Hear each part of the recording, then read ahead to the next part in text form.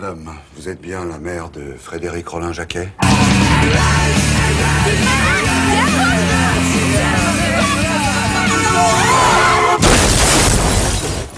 Voilà, madame. Votre fils a eu un accident de la circulation à 3h30 sur la départementale 22. Et? Il a perdu la vie, madame. Le Luxembourg n'est pas une exception.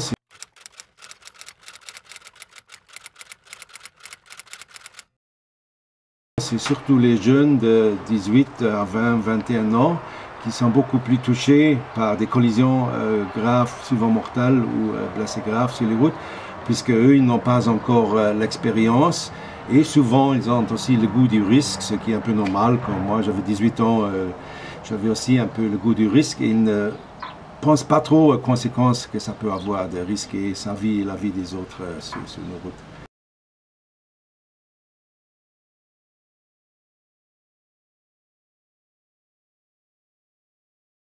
Souvent, on oublie les blessés graves et selon une récente étude du Conseil européen de sécurité dans les transports, le Luxembourg n'a pas trop réduit les victimes grièvement blessées. Mais t'imagines, toi, je suis à la piscine, je plonge, je remonte à la surface et là, plus de maillot. Je suis à poil, au milieu des gens qui nagent, je t'assure. Ouais, non, mais attends. Ouais, c'est ça, marre-toi. Non, mais attends la suite. Tu sais pas ce qui s'est passé après. Le cauchemar continue. Juste à ce moment-là, le truc de dingue, il y a un truc...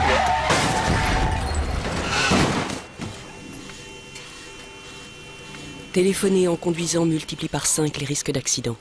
Donc il faut aussi un peu cette approche-là que c'est le plus fort qui doit faire plus attention au plus faible, donc celui dans sa carrosserie qui est un peu plus protégé. Et là, il faut surtout faire attention dans la traversée des agglomérations, puisque au-dessus de 30 km à l'heure, avec un piéton, c'est des blessures graves. Au-dessus de 50 km à l'heure, c'est la mort, dans 9 cas sur ces 10.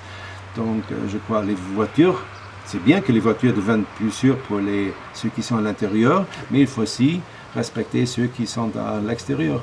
On apprend tellement de choses dans ce que les autres pays ont fait. Et là, ce serait simple pour nous de prendre ce qui a marché, ce qui a bien marché. Bon, maintenant, il y a les caméras qui marchent bien, ça vient, mais chez nous, c'est toujours un peu, disons, une décennie en retard avec toutes les remèdes pour avoir moins de morts et moins de blessés graves sur les routes. Peut-être il n'y a pas cette volonté politique qu'il y a dans les autres pays. Il faudrait vraiment une équipe qui s'occupe d'un plan, d'une stratégie de sécurité routière sur 5, sur 10 ans et qui fasse aussi les évaluations.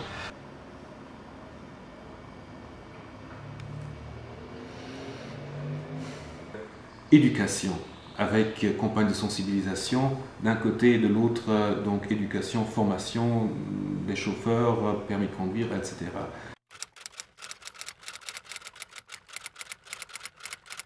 Deuxièmement, amélioration du système routier, là où nous avons des points noirs. Et troisièmement, tout ce qui est dans l'ordre du répressif qui est nécessaire également, donc contrôle et également des contrôles avec des radars. Les radars me semblent une façon appropriée donc justement de contrôler. Même si on nous reproche alors que le radar devient inutile parce qu'on annonce le piège, alors que je ne considère pas que ce soit un piège, mais comme on l'annonce avant, on va ralentir pour le radar et redémarrer par la suite. À ceux qui disent cela, je réponds, mais en fait, ce qui m'importe, c'est que la place qui est peu sûre et qui est dangereuse et qui est productrice d'accidents, que justement sur cette place-là, le conducteur ralentit. Les places ne sont pour l'instant pas encore déterminées, pas encore connues, et on va le faire ensemble avec la sécurité routière, justement parce qu'on veut trouver les places où les radars seront au niveau de la sécurité les plus efficaces.